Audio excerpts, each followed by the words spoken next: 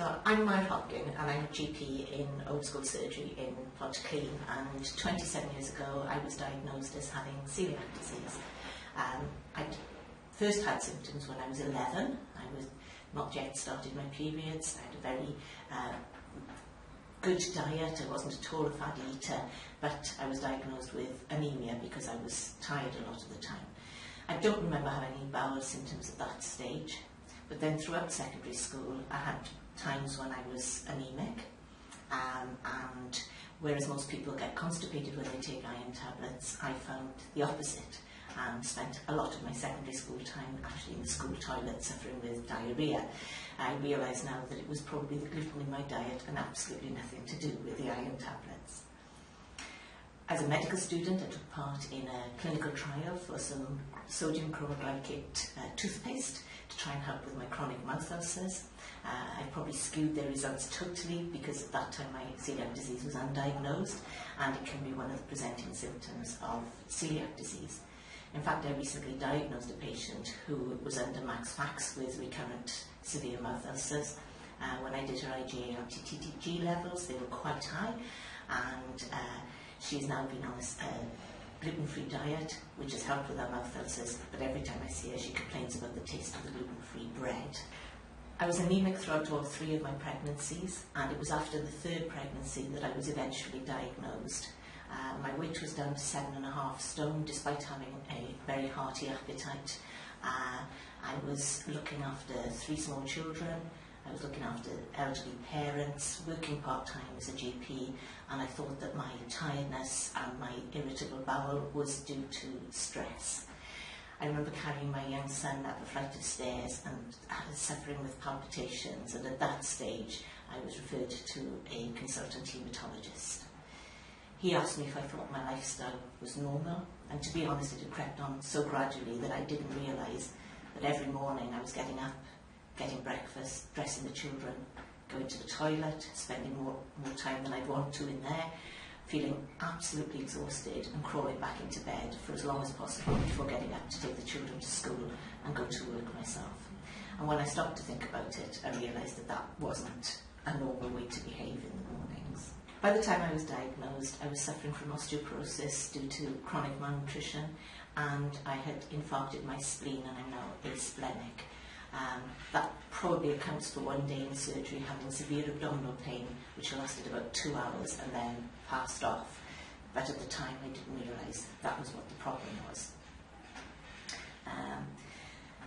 I now carry a card with me to say that I have no functioning spleen, which makes me at risk of infection, and I also have regular immunisations, particularly pneumococcus and annual flu vaccines. I've recently had some blood tests done just to check my full blood count, B12, folate, HbA1c and thyroid function test, because celiac disease can be associated with a higher risk of other autoimmune disorders. And I have made the diagnosis in a patient who had a low folate level for no apparent reason, and another patient who was hypothyroid and despite adequate replacement was still feeling extremely tired and losing weight. Initially the diet was quite difficult to stick to. It wasn't that well known. I had to order my bread and biscuits through the local pharmacist, but things really have improved now. It's a European Union requirement that all eating places list 14 allergens, of which one is gluten. All supermarkets, or large supermarkets, carry a range of gluten-free foods. In fact, my local Tesco's has just expanded the shelf space used, and the local co-op in Coeliac also carries a small range of gluten-free foods, so it is much easier to shop. Eating out can be a bit of a problem, particularly if friends invite us over, because they often don't realise that there's gluten in lots of things that you wouldn't think of. So for example, and I'm not advertising, but Bovril cubes don't contain gluten, Oxo cubes do. Most soy sauce has gluten in it, and many other thickened sauces and pre-prepared foods will be a source of gluten. If I inadvertently eat gluten these days, it makes me feel really poorly the next day. I spend longer in the toilet than I want, and I feel absolutely washed out. I find it incredible now to believe that that's how I felt all the time and that I thought that that was normal. So as a GP, if you do have a patient who is diagnosed with celiac disease, they will need to see a dietitian for some specific dietetic advice. They need to have a bone scan, and they need to be advised about immunisations, because even if they have a functioning spleen, there's some evidence now that with celiac disease, the spleen is probably not working to its full potential, so they are probably a high-risk group. It's also important that you check their B12, folate, and consider checking diabetic patients and patients with thyroid disease, because they have a slightly higher risk of having celiac disease. As a GP, think of celiac disease in patients who feel tired all the time or who have bowel symptoms. Think of it in patients with unexplained anemia or weight loss, and think of it in patients who have recurrent mouth ulcers. Also consider checking diabetic patients and patients with thyroid disease, because they are more at risk of having celiac disease, and check patients who've had osteoporosis or osteopenia. Think of it in patients who have a low folate level or have a low B12. If you do make the diagnosis, then you should refer patients to have a bone scan.